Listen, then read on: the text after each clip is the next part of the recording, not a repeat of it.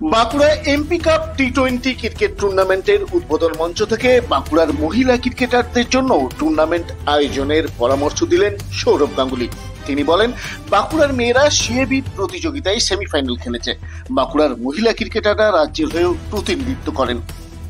এখন মেয়েরাও খেলায় অনেক এগিয়েছে, তাই পুরুষদের খেলা আয়োজনের পাশাপাশি মহিলাদের জন্য টুর্নামেন্টের আয়োজন করাটা দরকার। এই জন্য তিনি সিএবির জেলা প্রতিনিধি আশিস চক্রবর্তী, ডিএস এর সম্পাদক অতনুবাবু, এমপি অরূপ চক্রবর্তী এবং খাদ্য দপ্তরের প্রতিমন্ত্রী জ্যোৎস্না মান্ডিদের নাম উল্লেখ করে তাদের মহিলাদের জন্য টুর্নামেন্টের আয়োজন করে বাঁকুড়ার মহিলাদের খেলার জগতে প্রতিষ্ঠিত করার দিশা দেখান। বাঁকুড়া উইমেন্স টিম, আমাকে আশিসদা বললেন যে বাঁকুড়ার উইমেন্স টিম এবারে সিএবি পরিচালিত উইমেন্স টুর্নামেন্টে সেমিফাইনাল খেলেছে।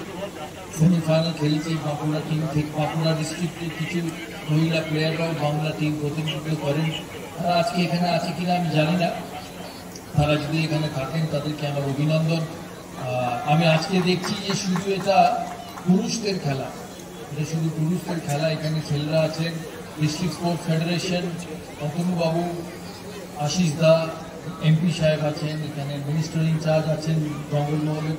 তাদের সবাইকে আমার রিকোয়েস্ট থাকবে যে আজকাল শুধু ছেলেদের খেলা নয়, মেয়েদের খেলাও অনেক এগিয়েছে।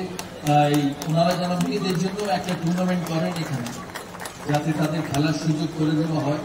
আমি বেশি সময় আপনাদের নেব না, কারণ আমি চাই খেলাটা শুরু হোক। অনেকেই এখানে অনেকক্ষণ ধরে বসে আছে খেলাটা দেখার জন্য। এই সুন্দর ফ্লাড লাইটে ছোট্ট মাঠে আজকের এই খেলা, সবাইকে আগামী 7 দিনে আমার অনেক অভিনন্দন। এই সুযোগ সদ্ব্যবহার করবে, কারণ প্রতিটি প্লেয়ার যে ভারতের ওই খেলে কোনো না কোনো দিন তারা এইভাবেই শুরু করে, তাদের এইভাবেই সুযোগ করে দেওয়া হয় খেলার। তাই এই খেলার যতটা পারো তোমরা এখানে পারফর্ম করার চেষ্টা করবে, যাতে সেখান থেকে বাঁকুড়া জেলা থেকে বাংলা, আর বাংলা থেকে রবিবার বিকেল 4টে নাগাদ বাঁকুড়া সার্কিট হাউসে এসে পৌঁছন সৌরভ গাঙ্গুলি। তার কিছুক্ষণ পরেই তামলিবান ময়দানে এমপি কাপের উদ্বোধনী অনুষ্ঠানে যোগ দেন তিনি।